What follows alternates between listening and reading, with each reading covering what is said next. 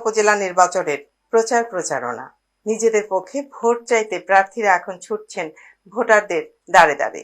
4 প্রার্থীর মধ্যে উপজেলা নির্বাচনে চেয়ারম্যান পদে এগিয়ে রয়েছেন আসম ও কামরুল ইসলাম। আমাদের প্রতিনিধি আবুল কালাম মামুন জানান, ভোটের মাঠ জরিপের ফলাফলে দেখা গেছে জনসমর্থনে এগিয়ে রয়েছেন সাবেক সংসদ সদস্য ও 21 পদকপ্রাপ্ত মুক্তিযোদ্ধা আব্দুল জব্বারের সন্তান ও প্রধানমন্ত্রী শেখ হাসিনার প্রোটোকল অফিসার আবু জাফর রাজুর ভাই আসম কামরুল ইসলাম। নির্বাচনের জয়ের ব্যাপারে কামরুল বলেন, আমার আব্বা আমৃত্যু কুলাউড়ার মানুষের জন্য কাজ করে গেছেন।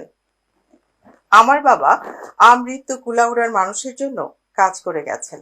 আমার ভাইও প্রধানমন্ত্রীর নির্দেশে মানুষের কল্যাণে কাজ করে যাচ্ছেন, আর আমিও এভাবেই কাজ করে যেতে চাই। আমার প্রত্যাশা, আগামী 8ই মে সবাই কাপ পিরিচ মার্কাতে ভোট দেবেন। এদিকে নির্বাচনী মাঠে প্রচারণায় পিছিয়ে নেই অন্য 3 প্রার্থীও। তাদের মধ্যে এগিয়ে রয়েছেন দোয়াত কলমের প্রার্থী ফজলুল হক খান শাহেদ। অন্য 2 প্রার্থী আনারস মার্কার আওয়ামী লীগ প্রবীণ নেতা রফিকুল ইসলাম রেনু ও মোটরসাইকেল মার্কায় কামাল হাসানেরও জয়ের লক্ষ্যে মাঠ চষে বেড়াচ্ছেন।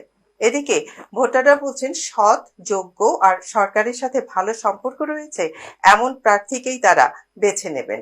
উল্লেখ্য, আগামী 8 মে কুলাউড়া উপজেলা পরিষদের নির্বাচন অনুষ্ঠিত হবে।